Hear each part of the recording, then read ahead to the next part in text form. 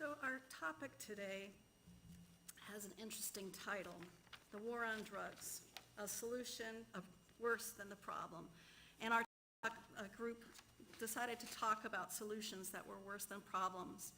I'm going to invite our speaker up, Jim Whitworth, who was born in Corpus Christi in 1941.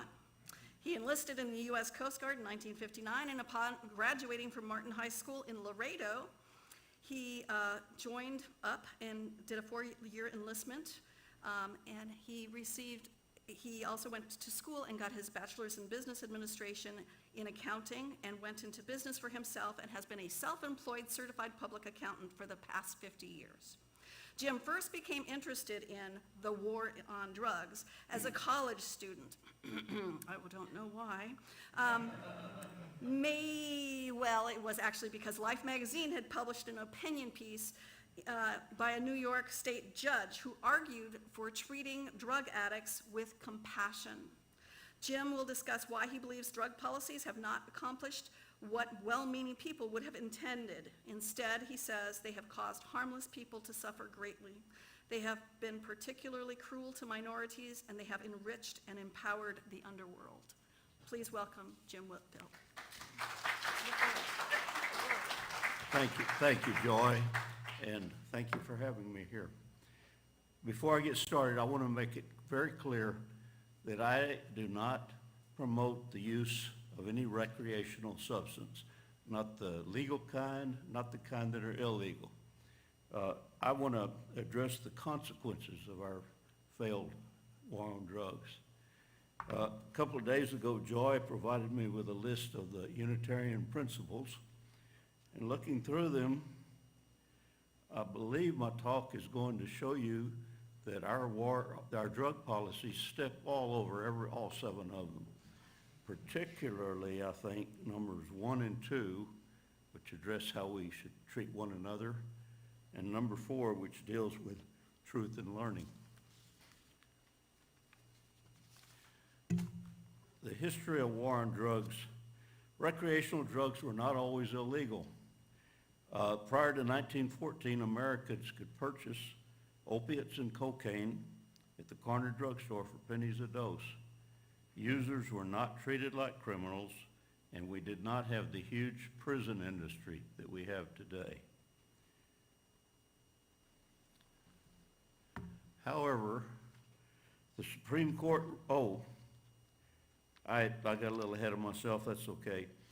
In 1914, the Congress passed the Opium and Coca Leaves Trade Restriction Act, which went a long way toward outlawing those substances. It was known as the Harrison Act. However, the Supreme Court ruled that the Harrison Act did not prevent physicians from prescribing those substances to their patients when they felt it was in the patient's best interest. And based on the Supreme Court ruling, a Los Angeles physician was able to start a clinic where he treated patients. He treated his patients with compassion, and he wrote prescriptions that they could fill for pennies at the drugstore. His name was Dr. Williams. He found that patients that came to him as basket cases once again began to function and to support their families.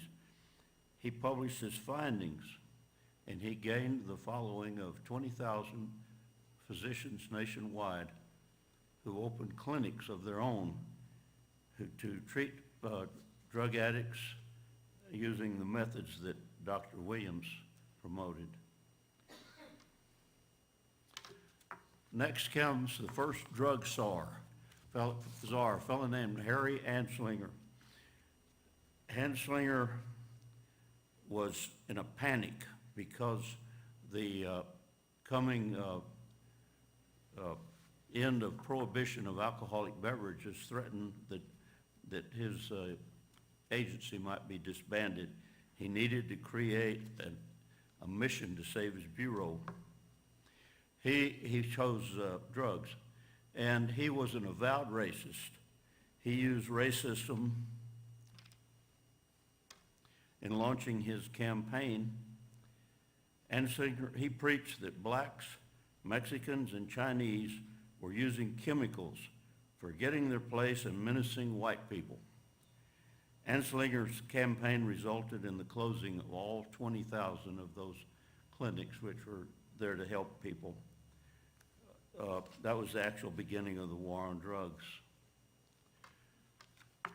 An example of his racism and hypocrisy in enforcing the drug law, I think it helps to look at the treatment of two entertainers, one a black entertainer named Billie Holiday and another one a white entertainer named Judy Garland. Billie Holiday was harmless, but she had suffered a very abusive childhood, and she used cocaine, heroin to dull those memories. Well, Anslinger's people hounded her, managed to get her convicted and imprisoned. And when she was released from prison, they hounded her to her grave. Whereas Judy Garland, another heroin addict, was a white lady, and she was treated with a certain amount of compassion. As an example of hypocrisy in his drug policies, I like the one about this white senator who was a heroin addict. When Anslinger found out that Senator Joseph McCarthy was a heroin addict, he arranged for him to receive his drugs in such a way that he wouldn't have any trouble with the law.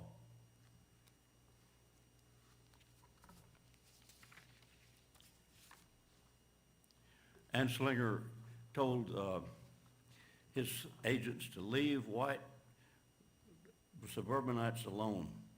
He said, those people have lawyers and they can make trouble for our agency. And we all know that our prisons are disproportionately populated by minorities. Okay, then the first drug lord. This is a fellow who could see opportunities everywhere. He was the guy that fixed a World Series by paying off some Chicago White Sox ball players. Well, he saw that there was a tremendous opportunity presented by drug prohibition, opportunity for the underworld, that is. And he built an organization that imported and distributed heroin on a large scale. Upon his death, it was probably at the hands of one of his rivals. The vacuum that was created by his exit was quickly filled by several others.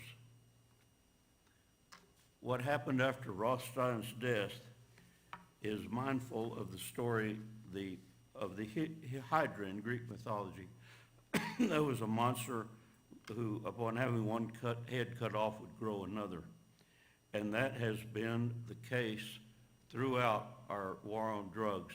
Every time they have taken down a drug cartel leader, there have been others step in to take their place. It's been a fruitless. Then we get into the suppression of the truth. The record's full of evidence that Anslinger increased his power by deceit, coercion, and suppression of the truth. He was able to work through the United Nations to coerce other nations of the world into copying the USA's drug policies. One UN study found that 90% of heroin users were in fact not addicts. That report was never published because at Anslinger's urging, the USA threatened to cut off funding. The suppression of the truth is a common thread that just runs all through. We get into pain. There was a physician, Dr. Gabriel Mate, he was a Holocaust survivor. And he worked with drug addicts, and he came to believe that as he saw it, the problem of drug use was more a symptom of something else. He complained that our system thinks we can cure addicts by increasing their pain. We also heard of rat experiments.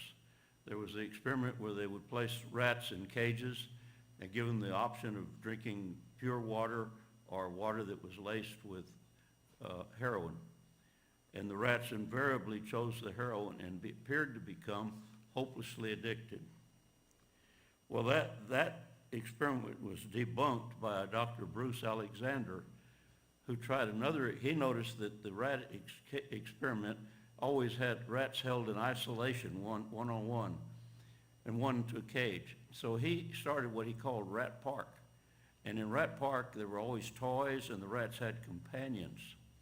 And the rats in Rat Park never used the cocaine or the heroin. They liked the water best. And then, when they placed the rats who had become addicts into the rat parks, they kicked their habits. The conclusion was, happy rats do not do drugs. When the results of the rat park experiment became known, all funding for more experiments was stopped, and the findings were suppressed. Typical. This is the way that worked throughout. However, in this case, the Vietnam War provided another rat park type experiment using humans. About 20% of the soldiers that came home from Vietnam were judged to be heroin addicts. But when they got away from the horrors and the stress of war, back to their families, they almost all kicked their habit. And that would just bear up the conclusion of the rat park experiments. More on deceit. There was a Dr. Marks who ran a United Kingdom drug clinic, and he came to believe that the harm from drugs came from the laws that prohibit them. He found that most addicts will stop of their own accord. He found that they matured out of addiction when they were not treated like chemicals. Dr. Marks toured our country, the USA, and he tried to convince us that American lives could be saved by prescribing heroin to users. He was featured on 60 Minutes, but he was shut up by Congressman Jesse Helms, who managed to get him sent home. His own government shut him up for good because our government pushed them or encouraged them to do that.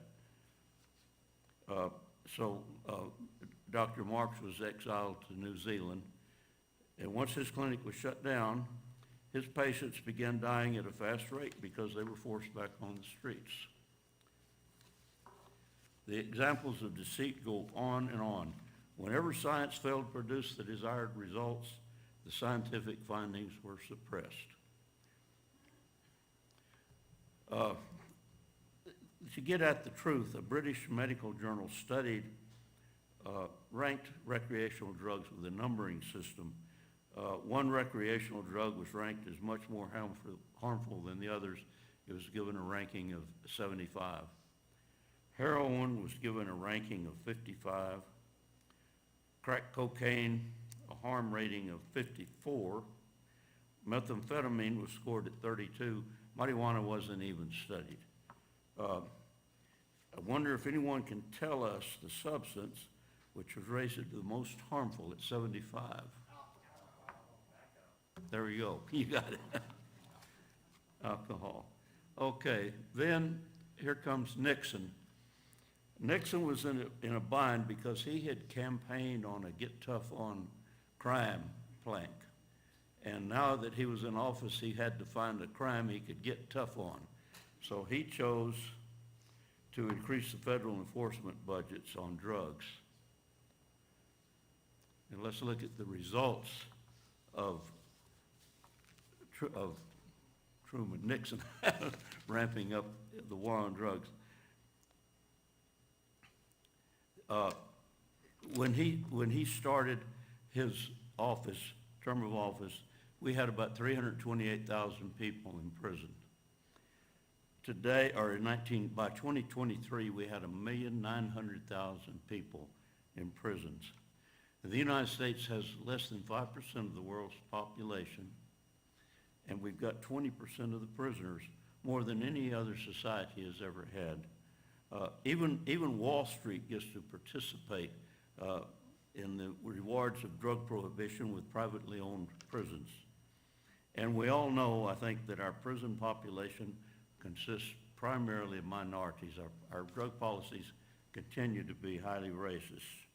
Law enforcement officials tell us that most crime nowadays is drug-related. Then let's look at substance use over crime. Since Nixon ramped up his war on drugs, the use of alcohol, a legal substance, has remained about the same.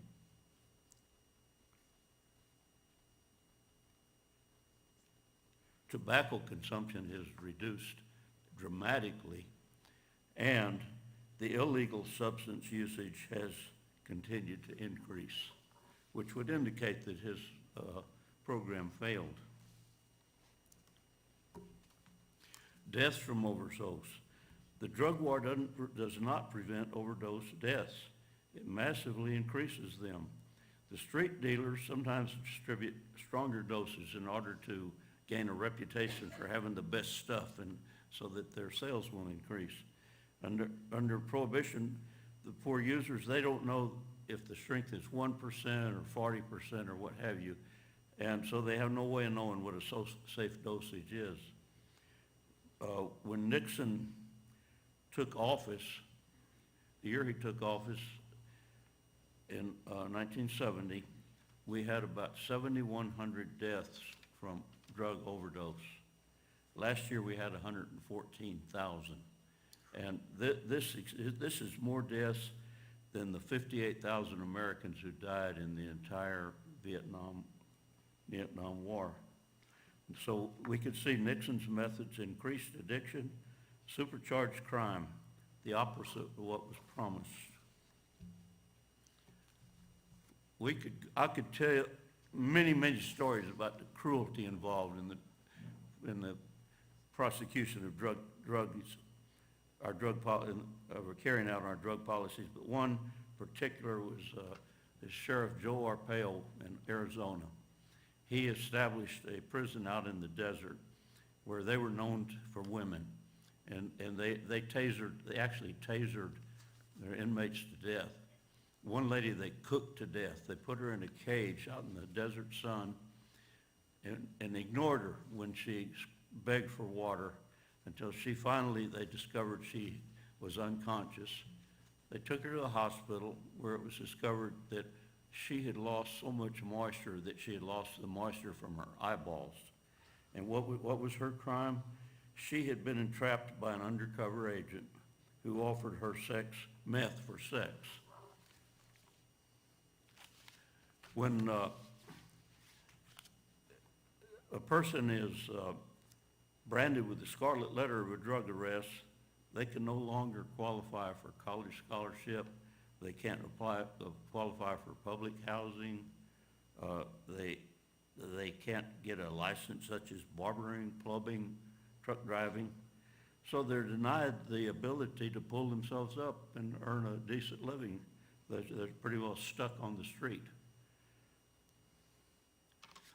Destroyed countries. Most of Latin America is in a situation where the police, where the drug cartels are much stronger than the police. And that has made life untenable for people in Latin America, and it's largely responsible for the immigration that we seem to think is a problem for us. It's made their life untenable. And we could deal a death blow to the gangs by legalizing their product. Let's talk about some enlightened countries.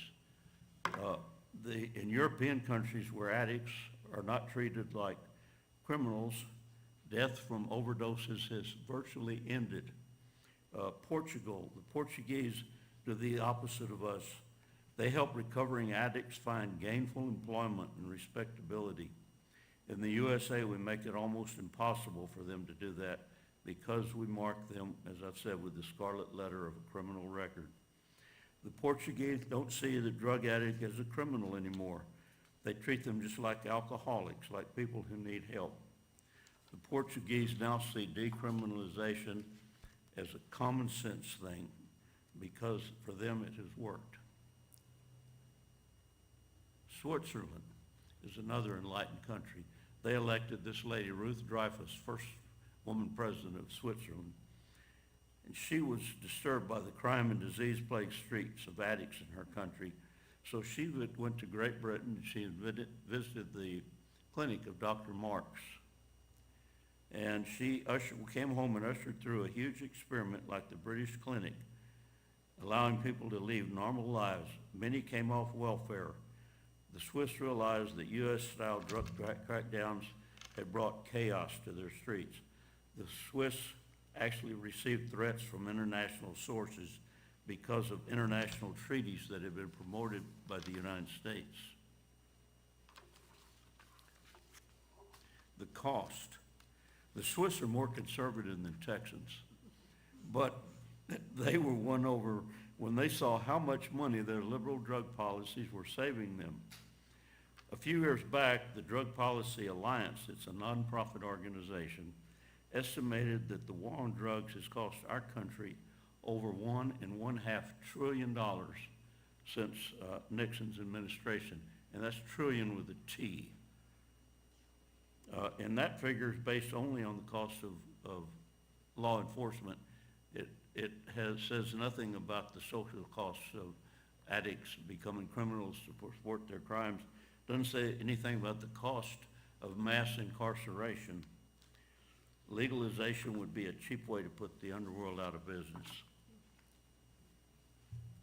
Altruism. I've come to believe that most people who have supported our drug policies have done so for altruistic reasons. They want to protect people. The idea seems to be that we can help people by treating users like criminals and causing them even more pain. The fact is that our drug laws do not protect anybody. They've handed wealth and power to the lords of the underworld on a silver platter, and they've ruined the lives of harmless people. As harmful as recreational drugs can be, much less harm is done when such substances are distributed legally under license rather than by the underworld. And then there are a couple of questions that people always ask. I'll address it real quick. Fentanyl. They say, what about fentanyl? Well, fentanyl is just it's a heroin substitute. And there was a study done by the Cato Institute, which is a conservative think tank, and they learned that the only reason the underworld has switched to fentanyl from cocaine is that it comes in much smaller packages and it's easier for them to smuggle. Also, because it's so concentrated, it has predictably and dramatically increased the number of deaths by overdose. Prohibition, though, is not keeping it off the street. The other one they asked about is OxyContin. And this one is a really complicated, it's another heroin substitute, but the time frame just won't permit us to go into the OxyContin. But I have brought a reading list with me, and on that is a book that I would recommend if you're interested in OxyContin. The title of it is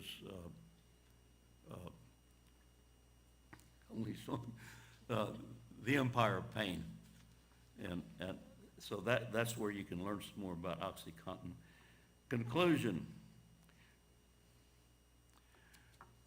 Prohibition has failed. I think a major obstacle to solving the so-called drug problem is that our government has not been truthful with us.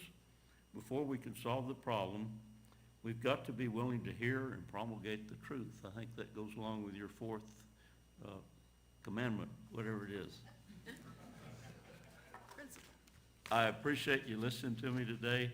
I don't know if I've convinced anybody. It's a controversial topic, but it's very difficult to find a good audience, which you've certainly been, and I appreciate your courtesy. There's a reading list that he can put up on the board now, in case you don't. Pardon me? It's up on the board. Oh, okay. I missed it. Okay, thank you very much.